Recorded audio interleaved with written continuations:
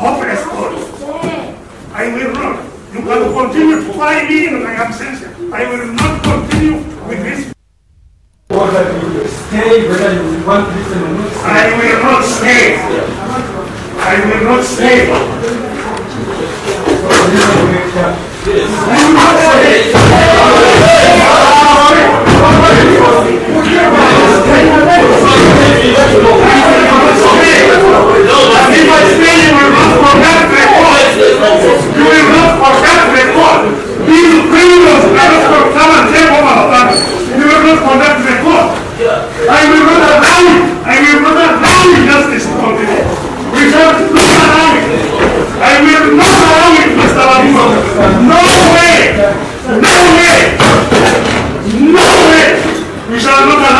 Nonsense.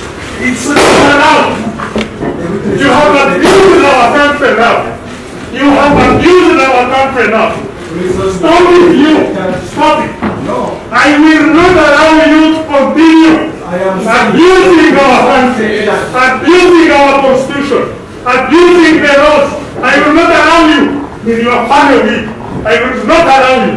If you don't want to sit, go out. No. Other people. Photo them. One seat, then go out. We will not allow this. We will not allow this. Don't think I'm a good one. One seat, photo them. Stop it. You can take me out, but you won't keep me here. I will not keep you away. No way. You can take the papers. They must take my mouth also. My mouth will continue talking. I will say you are raiding our constitution. You are raiding our courts. You are raiding the law. We shall not allow this. It has come a stop. It has come again. It has come a stop. We shall not allow it. We shall not allow it. Yes. I will make an alarm for the whole. We shall in everything must have a stop. We must stop it. You cannot continue raiding the Constitution. No way! You will not raid the Constitution. And we allow it. We fought to establish a Constitution. We went to war to fight for the Constitution. The Constitution that Mr. Museveni and his government are raiding right now. In this court of Mr. Aguma. We shall not allow it.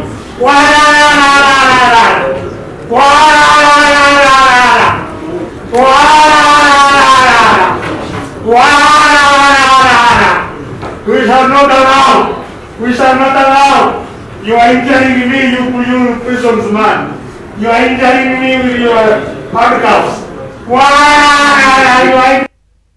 Yes, alright. Shori kuyugi updates civil sinzo bango tuliriza awe nyine tugenda okubiranga tutandikira gwo mukwano gwange ali yampuliriza.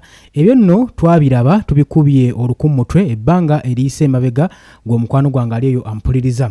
Ono yali Dr. Kiriza Besigye Kifeefe ng'agezezaako okubeera nga agezaako okwekalakasa oluvannyuma lw'okuleetebwa mu kkooti naye ki ekyamuviirako okutandika okuba endulu mu kkooti. Abasinga mukyebuuza era aka kavidiyo kasakulatinze nnyo ku social media naye abasinga mwebuuza ki ekyaviirako embeera eno. Kakati no byengenda okubeera nga nsabbukulula olunaku olwaleero. Wabula n'ekyoba olina omanya ofuna opondo avuddeyo nakondeminga ku nsonga eno ng'agamba gavumenti yandibadde stepping aside ku keesi ya Dr. Kiriza Besigye. Wuliriza oli ku UG Update Civic Sinziro bango otuwuliriza ngwatana kubanga otweyungako kirira wansi waliwo ekigambo subscribe kikoneko oberenga otweyungako. Abali mu diaspora ntegezamu abali mitalo w'amayanja Qatar, Oman, Dubai, Saudi Arabia, US, UK, Canada, abali mu Australia namwe abali South Africa ne Kenya mbatumiddeko nnyo mwe bali kwekumira ku mayengo gano aga UG Update CV. Wuliriza. Yes, kakati nno kyekyaviiriddeko Dr. Kiriza Besigye eyalwana olutalo luno okuleeta gavumenti eno mbuyinza mu nsiko okubeera nga agenda maaso n'okubeera nga yeekananga ng'agenda maaso n'okwekalakaasa maaso g'omulamuzi mu kkooti. Wuliriza. Kigambibwa nti Dr. Kiriza Besigye engeri gy'ataputamu ssemateeka ate kkooti si gyebadde engeri y'emu etaputamu amateeka nga kiraga ku sayidi ya Dr. Kiriza Besigye engeri y'omulamuzi gy'ataputamu amateeka yandibanga yabadde yeesulise era ng'agezaako mugamba nti tagenda kukkiriza bikolwa nga bino eby'okutyobola ssemateeka waffe w'eggwanga Uganda ng'agamba yagenda mu nsiko yalwana okuleeta gavumenti eno mu buyinza okuleetawo constitution eno okubaga constitution oba amateeka empagi ezifuga eggwanga lino Uganda. Wuliriza ng'omulamuzi agamba nti Dr. Kizza Besigye kigambibwa mbu yabadde state eyagala kumulondera bannamateeka abagenda okubeera nga bawolereza ku saidi ya Dr. Kizza Besigye. Mbutuufu olaba ekintu ekitali mu justice. Dr. Kizza Besigye kiyagaanidde ddala ng'agamba tagenda kukkiriza impunity eno ey'ekika ekyawaggulu kuva ddi nga ssemateeka tumutaputa bwe tuti. Ng'agamba gavumenti oba state si erina omulondera bannamateeka abalina okugenda mu maaso n'omuwolereza mu keesi eno gy'alimu era y'ensonga bakiwalabye okwekanagga okwekalakasa mu kkooti. Wabula mu bigambo bye yayogedde oba akabonero ke yasindise eno message eyinza okubeera nga yakomye bukomi ku social media gwe wakomye ogiraba naye message eno yazuukusiza bannayuganda okuvaayo okuzuuka otandika okulwanira constitution yaabwe nga ssemateeka wajja bwora bennyininyini abali mu buyinza be bagenda mu maaso n'okulwanyisa ssemateeka eyabagibwa empagi ezifuga eggwanga era gwe tulina okutambulirako okubeera nga tutwala eggwanga lino mu maaso. Akatambi ako kalabye kabaddewo ebbanga eriyise emabega era Dr. Kizza Besigye oluvannyuma lw'okwekalakaasa yafeintinga kigambibwa nti yafeintinga era yazirikira mu kkooti ekyawaliriza omulamuzi okwekanagga naye n'afuluma kkooti. Naye ono munnamateeka era politician amaze mu byobufuzi ebbanga aze yeesimbawo ku kifo ky'obukulembeze bw'eggwanga enfunda eziwera. Twogera ku Dr. Kizza Besigye yakwatibwa omwaka ogwa 2024 tujjukire bulungi nnyo oluvannyuma lw'okukwatibwa e Nairobi era gavumenti ya Uganda n'emuteekako omusango ogw'okuba nti nno yali alidde mu ggwanga lyayo olukwe era nga yali atambuzibwa n'ebisi era nga kigambibwa baamulangirira ng'omutujju agala okumwamulako gavumenti ya Mwami Yoweri Kaguta Museveni tumuwabula. Ye ne munnamateeka we baakwatibwa era kati batemeza mabega wa mitayimbwa. Dr. Kizza Besigye okujjukizaamuko obulungi ennyo yasookera kubanga omusango guno awera ennemba nagyo mu military court bagiyite court martial nga gyagenda mu maaso n'okuwera ennemba emisango gino oluvannyuma lwa UPDF omukwatira mu kibuga Nairobi. Wabula olw'embeera yali egenda mu maaso n'okulabika ku Dr. Kizza Besigye nga teyali nnuŋŋamu.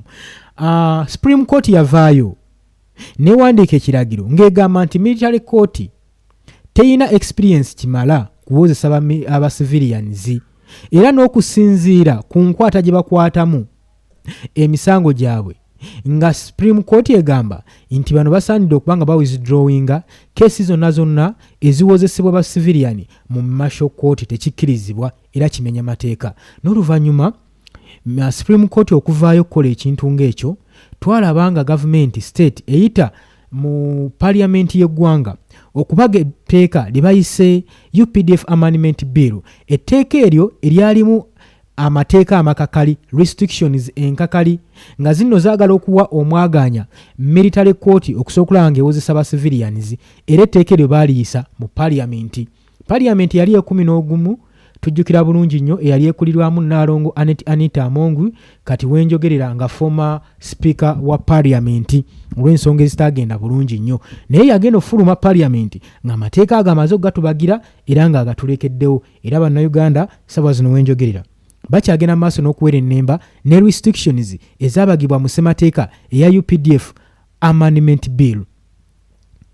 Wuliriza bulungi tukyagenda maaso nagambye Doli ku Yugi Update TV ko sinziro bango otuliza oluvannyuma lwa Dr. Kizza Besigye okwesimbawo ebisanja ebiwerako ddala nga tayitamu kino kyamuwayiriza yo gavumenti wa state kyegamba prosecutor agenda maaso n'omulumiriza omusanga agamba nti ono yali anoonya pulaani B ya kumwamulako gavumenti ya Mwami Yoweri Kaguta Museveni era eyo gye yali agenze mu Nairobi yali agenda kutandikawo kabinja k'abayeekera akagenda okuwamulako gavumenti ya Mwami Yoweri Museveni tumuhabulwa gye emisango ne gigenda maaso n'omukwasibwako.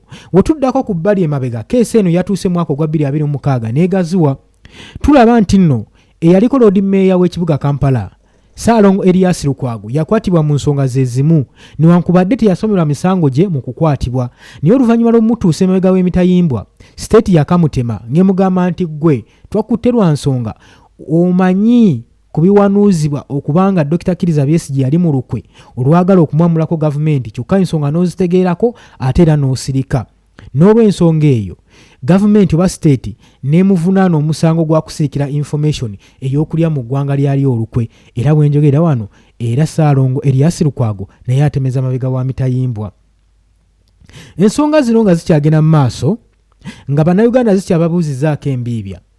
Ebitongole ebirwanirizi by'eddembe ly'obuntu bivuddeyo ne bigenda mu maaso n'okukondeminga ebikolwa ebigenda mu maaso okukwata abakulembeze abali ku ludda oluvuganya gavumenti, okugenda mu maaso n'okutyobola eddembe lyabwe n'okubajjako justice n'okubajjako eddoboozi ery'omwanguka ery'okwogera. Era ng'ekitongole kino ekya United Nations kigamba abagezaako okwogera kyewuunyisa nti gavumenti eno eri mu buyinza ng'ekozesa amaanyi gaalyo basayirentinga abo abayimusa amaloboozi gaabwe okusobola okukangavula ku bikolwa ebigenda mu maaso ebikolebwa gavumenti ebikyoboolwa eddembe ly'obuntu n'okubajjako justice mu ggwanga lyabwe. Wuliriza oli ku Yugi Update Civic Osinziro bango tuliza integeeza gwe ina yakatweyongako wansi kigambo subscribe weekiri kikoneko towerabira ku subscribinga kona mukade akadde ako nagamba kakulambako nnyo kuleetera notification message okusobola okubeera ng'oli bulindaala ng'oli alert ku information yonna ebegenda okubeera ng'ezanyibwa ku mukutu guno. Kakati kyekindeese ku mpewo olwaleero Ofono Opondo ononno member of parliament era Minister Mulamba mu gavumenti ya Mwami Yoweri Kaguta Museveni. Ofono Opondo afuddeyo n'alabula gavumenti engeri gyegenda maaso n'okumistreatingamu Dr. Kizza Besigye. Era ng'ebagamba Dr. Kizza Besigye y'omu ku members abaleeta gavumenti eno mu buyinza. Jjukira ono yali musajja we wa Yoweri Kaguta Museveni, musajja we nfanfe era nga musajja we wa ku kido, ng'agenda maaso n'okumujjanjaba n'ebisago buli we yatabaalanga okugenda okutaayiza abazigu okubamwamulako mu gavumenti yali etwala mu biseera ebyo eya Idi Amin Dada. Era ebisago byonna bye yafunanga Dr. Kizza Besigye yabeeranga ku mwanjo era nga musaale nnyo okujjanjaba Mwami Yoweri Kaguta Museveni tumuwabulwa, wabula y'engeri kati gyagenda maaso n'okusasulwamu olw'emirimu egy'ettendo gye yakola okuyingiza gavumenti eno mu buyinza. Wuliriza Ofono Opondo agamba gavumenti erina okustepinga back okuhandolinga keesi eno ya Dr. Kizza Besigye, omusango guno gugiremeredde eguveemu. Ofono Opondo agamba gavumenti bigiremye ebiveemu. Agamba nti nno gavumenti yandibadde stepping behind era ng'alabula nti ab'opposition bonna abakulembeze bapyalinga okuba nga baabulwa faith okukkiriza ebyo bagenda mu maaso n'okulisiivinga mu fair trials. Tebalina fair trials ze bafuna era tebakyakkiriza nti nno kooti egenda mu maaso n'okululinga in fair trial. Ekyo Ofono Opondo agamba nti ab'opposition bakiwakanyiza ddala tebakyalina kukkiriza okwo, tekukyaliwo era gavumenti bandibadde bagezi nnyo. Ofono Opondo alinga agamba nti Mwami Yoweri Kaguta Museveni yandibadde yeebeereramu n'asteppinga behind eri omusango guno ogwa Dr. Kizza Besigye era neerekerawo omuyisa ng'ekyonziira, neerekerawo okubanga emuyisa ng'ekyokuttale. Ofono Opondo takomye okwo, agenda maaso n'okulumiriza abalamuzi nga bagamba enguzi yabafuukira enguzi mu kooti era ng'enguzi eriflectinga frustration eri mu justice system mu ggwanga lyattu Uganda. Era agenda maaso n'okuwakana nga gavumenti erina okusepolinga back olw'ensonga zino ezigenda maaso eza Dr. Kizza Besigye so that Dr. Kizza Besigye afuna kye bayita fair trial. Nenga gavumenti ekyali mu musango gwe, Ofono Opondo agamba tewaliyo fair trial Dr. Kizza Besigye zagenda kufuna era nga kimenya mateeka, kubanga ajjukira omusajja mutuufu Dr. Kizza Besigye gavumenti ebadde eri mumulondera, state ebadde eri mumulondera bannamateeka abalina omumuwolereza bennyini abamuvunaana. Can you imagine ate nga bebakulondera bannamateeka balooya abalina okugenda maaso n'okuwolereza ku musango gwe bakupaatiikako nti waguzza. Omusango gwakakulungula emyaka egiwera ebiri, gubuliddwa obujulizi obulumika n'okusalira Dr. Kizza Besigye omusango bamusibe mu kooti, wabula gye buvuddeko emabega nga yakaleetebwa okuva mu ggwanga erya Kenya twalaba ebigambo ku social media ebyagenda maaso n'okuyisibwawo ku mikutu egimu emigattabantu ng'ogwa X ku kibanja ekya Chief of Defence Force Muhoozi Kainerugaba nga basuubiza okuggyako omutwe gwa Dr. Kizza Besigye nga bwe bagenda omutugumbula omutta. Bino byonna byatambulira ku social media twabiraba. Kitegeeza ki? Intention yali yakugyawo obulamu bwa Dr. Kizza Besigye tugambe nti babulwa case n'okwensuwalinga approval okusibisa Dr. Kizza Besigye. Njagala gojje mu comment section ombuulire okusinziira gwe ku nsonga engeri gy'ozirabamu gwe mukwano gwange leero ampuliriza. Kakati nnono ofuna opondo abatamumanyi munnabyabufuzi era nga amazeemu ebbanga mu byobufuzi by'eggwanga Uganda era ng'agenda maaso n'okulisazinga n'okukkaatiriza. Era memba wa parliament mu kisanja kino mu parliament y'e12 12th parliament eya Uganda. Era ngeno ali presentinga ba elder persons abakadde mu Eastern region ofuna opondo gwe twogerako. Omulimu gwe mbyobufuzi newankubadde tugambye amaze ebbanga mu byobufuzi by'eggwanga Uganda. Kijjukire mu mwaka gwa 2025 ofuna opondo yaresigninga okuva mu kifo kye yali agenda maaso n'okutambuza ebbanga eddene kye yali atambuza ebbanga eddene ery'enkunala ng'alwaninga for electoral office.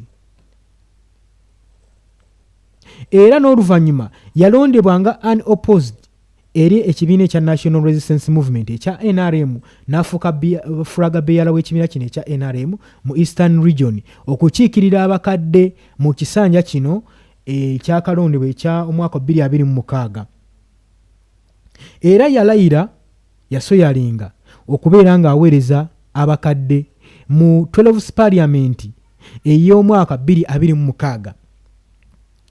Ngezaako kunnyonnyola gw'abadde tamanyi ofuna opondo atandika atya okuba nga akondeminga ku bikolwa ebya gavumenti. Wuliriza nga tannabeera kubanga ayingira kubeera active mu parliamentary politics.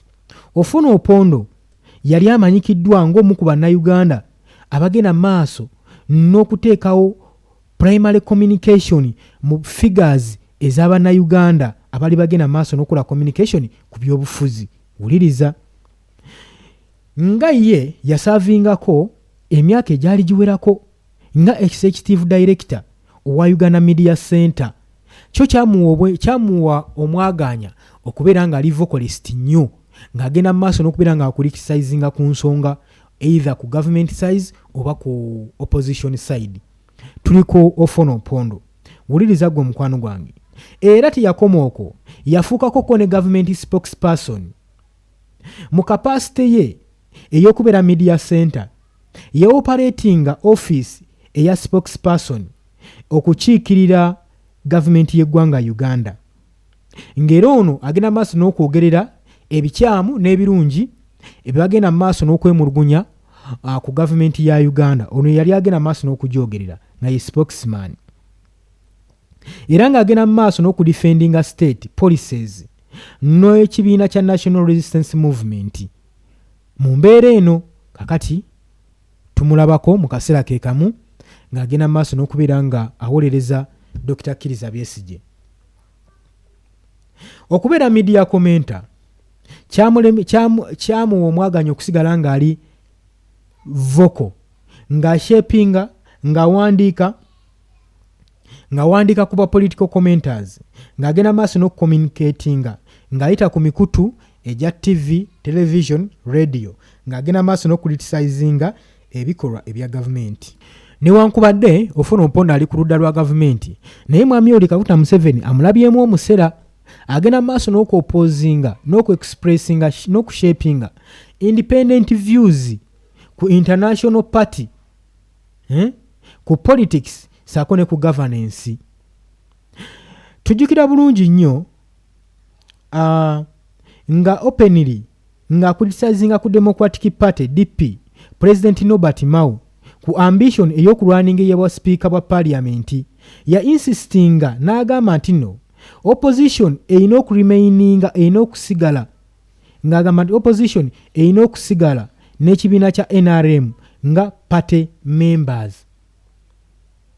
Kirina okusigaza ba party members era yakuliticizinga kugamba ako kaali kasaale eri Norbert Mao. kakati nno ku try eno eya Dr. Kizza Besigye mu August 2026 Opono Opondo yalwirizinga ensonga ze publicly ng'agenda maaso n'okunenya state okubeera ng'eri unfair okutreatinga Dr. Kizza Besigye omutryingisa mu military court oba mu martial court. Opposition figure nga Dr. Kizza Besigye nga statinga ng'agamba I do not agree with Kizza Besigye, but you can clearly see the over-rushing hand of power of powerful people in the state who are saying don't give that man a fair trial.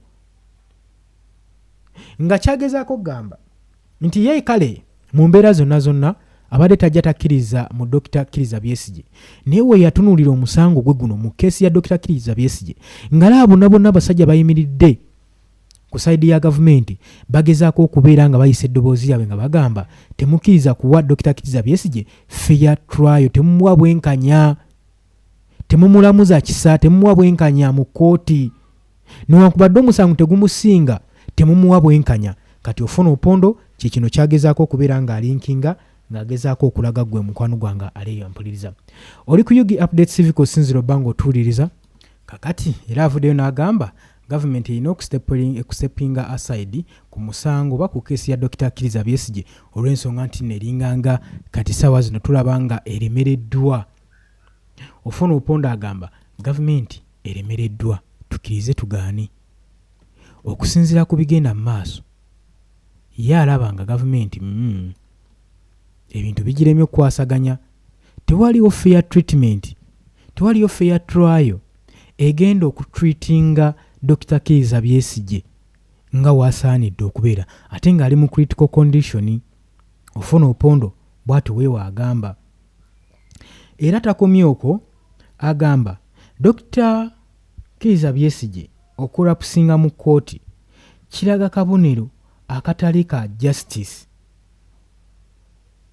Kiraga justice nti teriimu mu kkooti, omuntu okulapusinga mu kkooti. Era ng'agenda maaso n'okugamba Dr. Kizza Besigye gavumenti yandibadde ejja enta mu musango gwe ne steppinga aside kubanga byo bigiremye biganye. Ssaawa zino wetwogerera Dr. Kizza Besigye ali admitted mu Lago Hospital oluvannyuma lw'okulapusinga mu kaseera ke yaleetebwa mu kkooti. Kati bw'obanga otunuddemu ku bintu bino olaba ddala eggwanga Uganda tugenda mabega tudda maaso. Bannayuganda bagenda basobola batya okulwanirira constitution, kubanga constitution z'empagi ezigenda maaso n'ofuga eggwanga era ezisekiwalinga gwe munnayuganda yonna gy'oli. Zino empagi constitution era kyobola buli muntu kyandimusigwanidde okubeera ng'ategeera constitution, kubanga z'empagi ezirwanirira gwe munnayuganda buli constitution kyobola buli ayagala okulinnyirira atandikira ku constitution gw'atyoboola. Constitution wamala okutyoboolebwa gwe mukwano gwange ekiddirira naawe eddembe lyo kugenda mu maaso nga libanga likyoboolwa gwe ali eyo ampuliriza. Nagambye doli ku Yugi Update Civic osinzira obanga otuuliriza gwe natanatweyungako kirira wansi waliwo ekigambo subscribe kikoneko obeere nga otweyungako. Nkyabatwala mu maaso newankubadde embeera yeeyo naye nga tugenda mu maaso gwe nkugambye agala otweyungako ekigambo subscribe weekiri wansi. Kati nno former government spokesperson nkugambye former government spokesperson eyareturninga Opono Opondo agenda maaso n'okwajuwinga ng'agamba buliriza ebigambo bye gavumenti erina okonsidaringa engeri gyehandolingamu opposition leader Kano Dr. Kizza Besigye era ng'abalabulanga bagamba nti state epiyalinga okuba nga yeegaana fair trial, egaana okuwa fair trial eri Dr. Kizza Besigye. Ku lunaku lwa Saturday Opono Opondo agenda maaso n'okulabula dynamics ne corruption eyalabikibwako mu kkooti eri Dr. Kizza Besigye mu wiiki gye tukubye wiiki eno yennyini gye tugenda okuba olukumu mutwe. Wuliriza era ng'ofuna Opondo agamba what we saw Besigye collapsing in court was the natural flow of things that he is now willing to say. If you want to struggle me in court, do it. Ng'agamba nti okulaba Dr. Kizza Besigye ng'akolapusinga mu kkooti abadde ng'alaga akabonero n'ebigambo bye badde ayagala okwasanguza nga tebamuwa mwaganya ng'alinga abagamba kale mba mwagala kulaba nga nsitwagolinga mu kkooti kamukirabe kati kankikole. Ebyadde bigambo bya Ofuono Opondo okusinziira ye ku analytics gwe yakoze n'embeera gye yalabyemu Dr. Kano Kizza Besigye mu kkooti. Wano bino ebigambo biwulikika ng'ebigambo bya bulijjo. Nekyenyinza okugamba gwe munnayuganda ali eyo bye bigambo ebirwanirira justice ne constitution. Tuzze tulaba ababaka abaasigalawo abali kakiiko kaba members 21 abaliwo mu 1995 nga gavumenti ya Mwami Yoweri Kaguta Museveni ereetebwa mu buyinza ababaga ssemateeka omuli Jeno Kayindo Tafire ndowooza naye yaliko ku board, omuli Miriam Matembe naye yaliko ku board. Tulaba nga bano bonna bagenda bayisibwamu eggaali. Miriam Matembe jjojjo ly'abalamu yakajja awambibwe ng'amateeka ge nnyini ge yabaga ge bayitamu okutyoboola okujja omukangavula n'omucunya saako okumujeeza. Kakati singa bannayuganda munaalemererwa okulwanira constitution ey'eggwanga Uganda, nammwe kennyini mujja kuba mweremereddwa okwerwanirira. Ekyo mukikkirize oba mugaane. W'olaba buno obubaka oba nkugambe nti bwolesebwa eri gavumenti, w'olabanga akukyayi ng'awerekera akubanja, manya embeera erinnya enkandaggo. Gavumenti webanga opposition ebagenda maaso n'okukriticizinga n'ogenda maaso n'okubakwata ng'obasiba ng'obadetaininga, kyokka ne mufulumba cabinet ministers mu gavumenti yo yennyini nga bakondeeminga ku bikolwa byo, manya embeera ng'ebeegaze ku sayidi ya gavumenti. Era gavumenti we bataba basaale nnyo kwetunulamu ku bikobya byabwe na kuwuliriza kukunkumula matu ng'oyo bagenza obukyamu, omanya yeyokayoka engeri gavumenti gyegenda okuba nga ewunzikibwamu, si lwakuba nti nno bakoze nnyo ebikyamu bingi nnyo, naye olw'okuba nti nno baaziba amatu ne bagaana owuliriza, ate era tebaakoma ku ekyo ne bagaana n'okulaba ebikolwa ebituusibwa ku bannansi. Ebitongole ebikuumaddembe tulaba ng'ensangi zino biweereddwa amaanyi ag'enkinala ag'enjawulo, extreme power.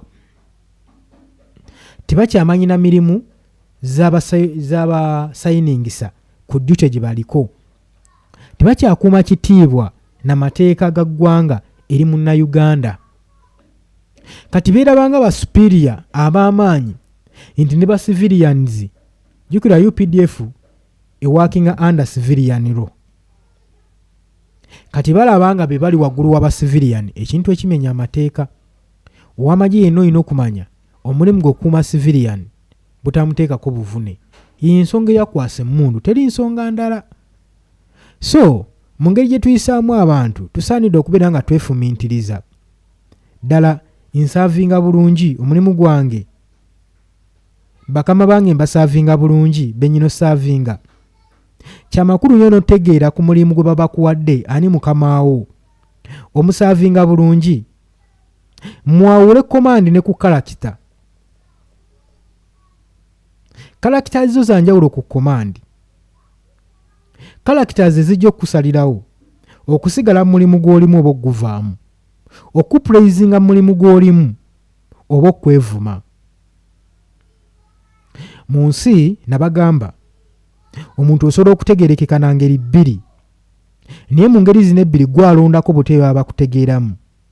basobola okutegeera ng'omuntu eyaleeta ekizibu mu ggwanga oba mu kyalo kyammwe eyo gy'owangaalira, oba basobola n'okumanya era ne bakujjukira ng'omuntu eyasolovinga ekizibu ekyali kiremeddewo abatuuze mu community oba mu society oba mu ggwanga.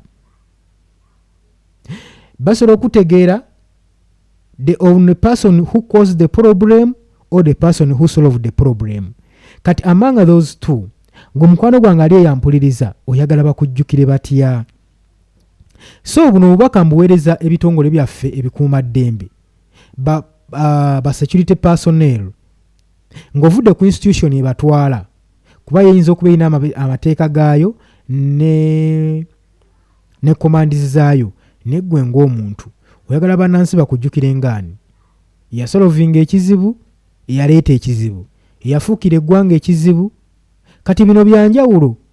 Bwe tuba tutunuulidde olutambi luno, UPDF yazungulwa dde olutambi yaluzza emabega, yalukyusa mu nzungulula. Lwaki nkugamba kino? Weesanga nga UPDF yandibadde egenda mu maaso n'okulwanirira eggwanga lyayo. Bwe twogera ku ggwanga twogera ku bannansi. Yakyusa dde olutambi ate kati erwanyisa ggwanga lyayo. Bw'obanga olwanyisa munnansi kitegeeza oli mu kulwanyisa ggwanga lyo. Ebyo bibiri mu bitegeere era mu biyige. Kati ekifo ky'okulwanirira eggwanga lyammwe mulwanyisa ggwanga lyammwe, buli lwoba olwanyisa munnansi oba olwanyisa ggwanga lyo.